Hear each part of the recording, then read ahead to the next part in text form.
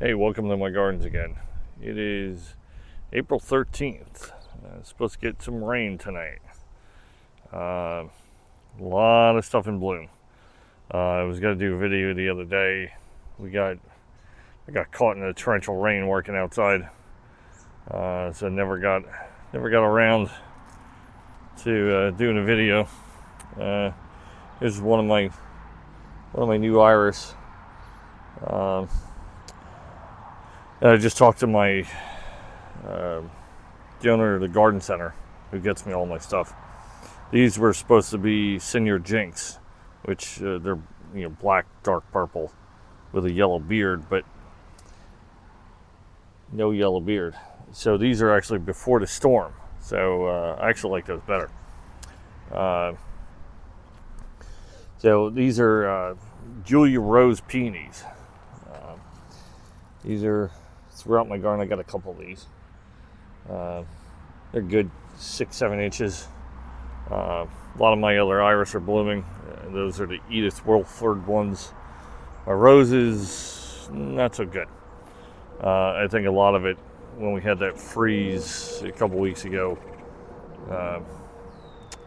really hit a lot of things hard, and I'm not noticing it until now, because a lot of my roses, I'm seeing like stunted buds on them.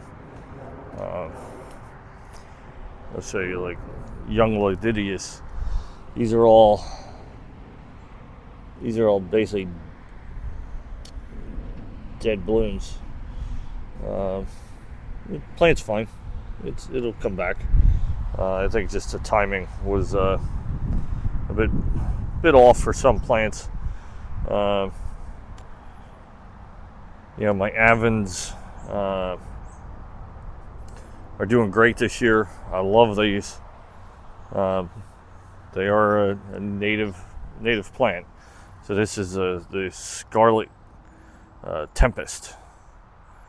I have my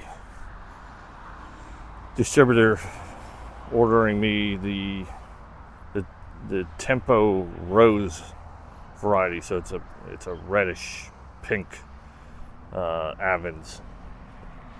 Hopefully get those in soon. Again, some more of my iris. This is the Benton iris, the peachy with an orange beard. This is a Medici Prince, which is very maroon, with almost like a dark orange beard on it. A lot of waiting for my peonies and starting to see them. So that bud is about the size of a ping pong ball, and maybe a golf ball. These are going to be huge this year. This is a Bartzella. These are the big yellow ones.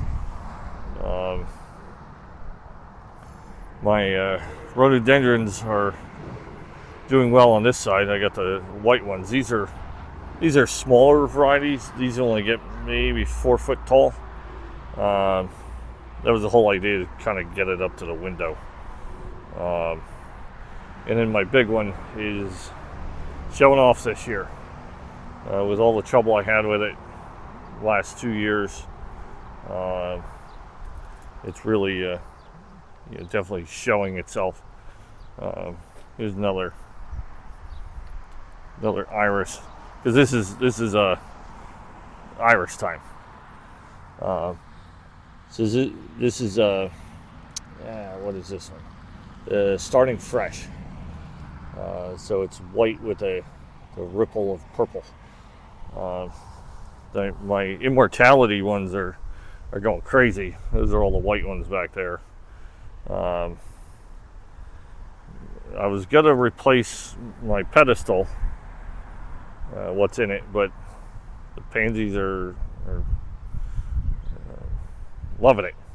It's been cool here in southern New Jersey. Last week was basically in the 60s.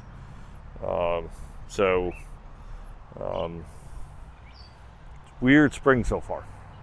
Very weird spring. So I have, these are the pure yellow ones. These are Harvest Memories. I've been growing iris for many decades. It's one of my favorite. The only problem is when they get this big, you get a casualty every now and then. I'll get my stakes out and stake it up. These are my the peonies. These are old peonies. The pink ones are the Sarah Bernhardt ones. I'm not sure what the maroon ones are, which are more in the front. So a couple new things I put in. So this is a sweet shrub, simply sensational. So this will get about 5 by 5. Has these reddish blooms on it. So it'll fill this whole spot, and eventually I need to take the lily out. I got a lily over there growing too. Not sure where that came from. My Miss Molly butterfly bush. Yeah, I see you over there. The baby bunnies at work. Eat me out of house and home. My Miss Molly butterfly bush died. Same thing with, I had a dwarf crepe myrtle that was here. That died. It hasn't been a good spring for some things, but other things are doing great. So this is one of the alternatives to a butterfly bush, because people have a thing about butterfly bushes. They're not native, they're supposedly invasive, but I've never had one populate. This is a button bush, which is a native plant and non-invasive. This will get about 5 by 5 to fill in this whole area, along with the sweet shrub. I was going to put here an Incrediball, but apparently it was too late. The day I went to go get them from my garden center, someone bought 12 and took them all. So I'm waiting for them to come in, because I want to put another Incrediball hydrangea here too. And then the Avums, the Rose Tempo one, I'll put here and a couple other spots. I live on a busy road. A lot of impatient drivers. Let's see. This is a Cora Louise. I thought one was open here. So it's a pink with a really, it's like a purplish red in its center. Have a lot of different varieties. So I'll give everyone a PSA. Let me see if I can find it. So when you garden, you experiment, you try different things, see what works, what doesn't. So one of the things I'll tell you is never plant plumbago. Ever. Never. I can't get rid of it. So there's a little sprig right there, and it pops up all over the place. It's down in there. If you have a spot and you want something to spread that you can't get rid of, there's your plant. But that was a mistake of mine. Some more of my iris. This one is, can't remember. This is why I tag everything, because I have them over here. So these are the Alcazar. That was it. I was thinking Alcatraz, but I'm like, that's not it. So the idea here is I have, once these are done blooming, I'm going to basically take everything out of here. I'm going to take all the iris out, and I have a bunch of salvia and veronica. So they don't do well here. It gets too much shade, and I need a shade spot for my shade stuff, which now is in full sun.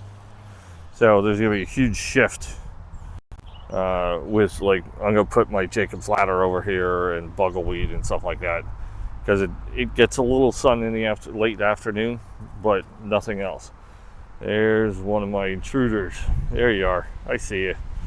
I'll show you what they've been doing to me. Great ground cover is Speedwell. It's 3-4 inches high. That's about it. I have them in, this is a pale purple. I have them in darker color. I got white.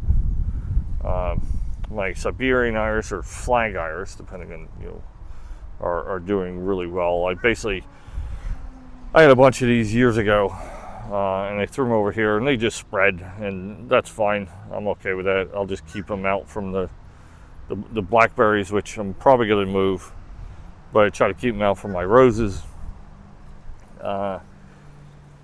We'll see. This is working. It's just going to take time. So the front rose is a Dublin Bay.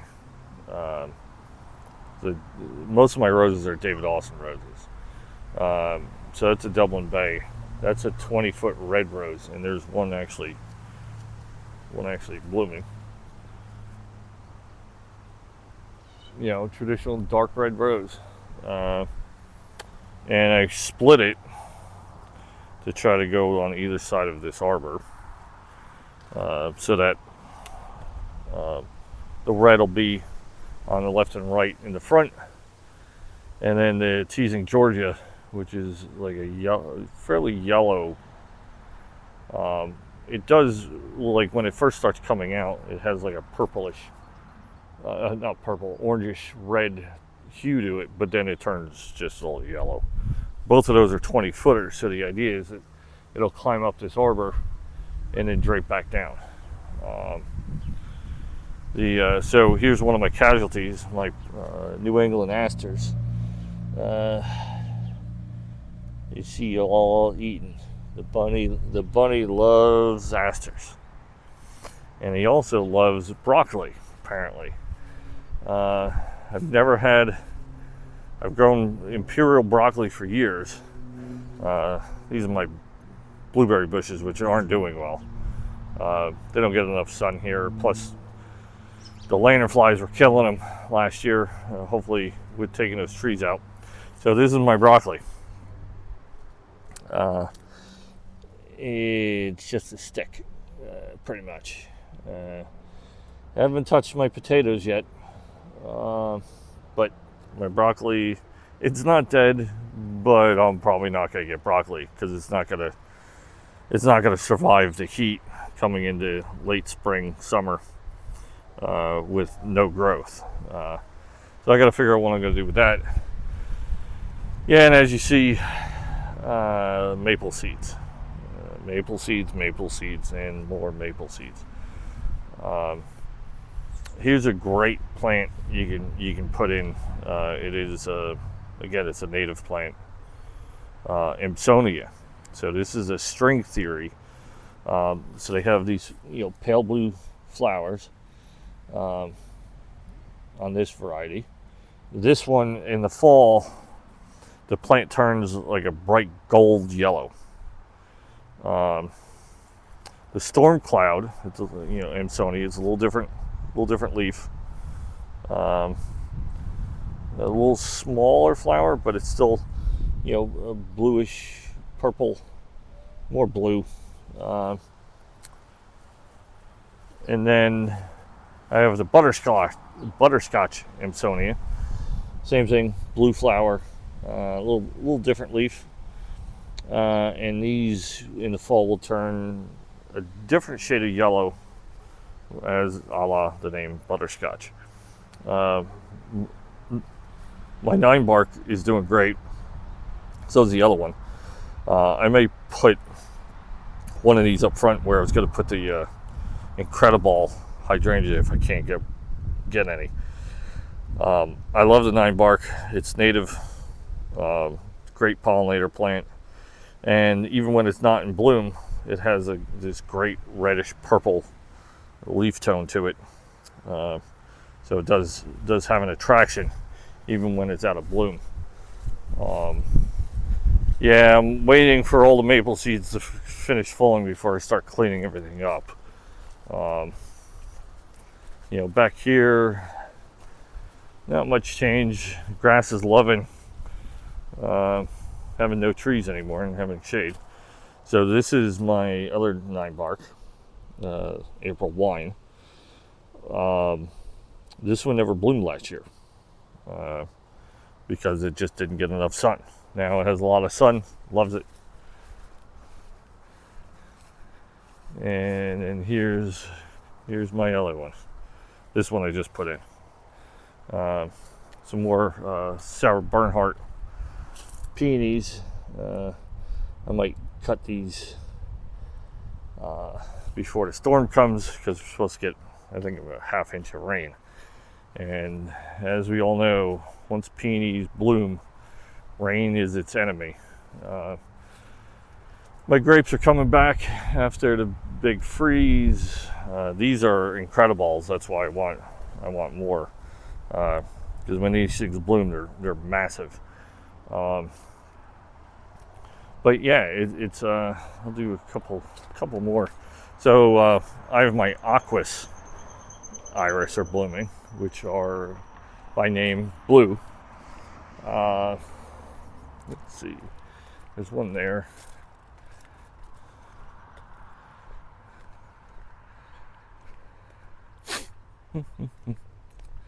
Yeah, the lawn's doing great this year. This is what happens. Everyone says, you need to spray, you need to spray, you need to spray. Everything's organic, and the lawn looks great except for that one little spot. So these are my Aquas Falls iris. It's always intriguing to find a flower that's truly blue and not like purple. But yeah, this is a great growing season so far. Yeah, I get a couple stakes. Some of these the tall bearded iris get really heavy, and just stake them up. But yeah, a week or so, all these peonies will be in bloom. Hopefully we don't get heavy rain. And here's a late bloomer. This is by design. It's a dwarf lilac, and it's pink. It's called Pink Teeny. So it only gets about 3-4 foot tall, which it's pretty much at its mature height now, and it does bloom later than most lilacs. Some of my yarrow's blooming, but yeah, everything's this is another starting fresh. It's the white with the ruffled purple. Yeah, here's some more of my the dark black iris that I have. It's really dark purple, but and my wisteria, for the first time, I've had this for a number of years, on this new arbor, it's showing off. These are good 5-inch long blooms. We usually never got them like that on this. I think the new arbor lets it be a little more free, and the new one is coming up pretty good. It'll take a couple of years to get up top, but yeah, that's it. It's mid-April. This is a lot of stuff blooming, and it changes every day. It's tough time trying to keep track of everything. And I did put in, I'll admit, I only had one of my dahlias survive over winter that I had inside. Dahlias, I've almost given up on dahlias because I used to take them out every year, and I don't have the time. So there's a Kelvin floodlight. This is one of the big yellow ones. But yep, this is mid-April. If you got any questions, post them in the comments. Like my video, subscribe. If you have any questions about anything from the gardens, just let me know if you saw something, and I'll help you out. Thanks for watching.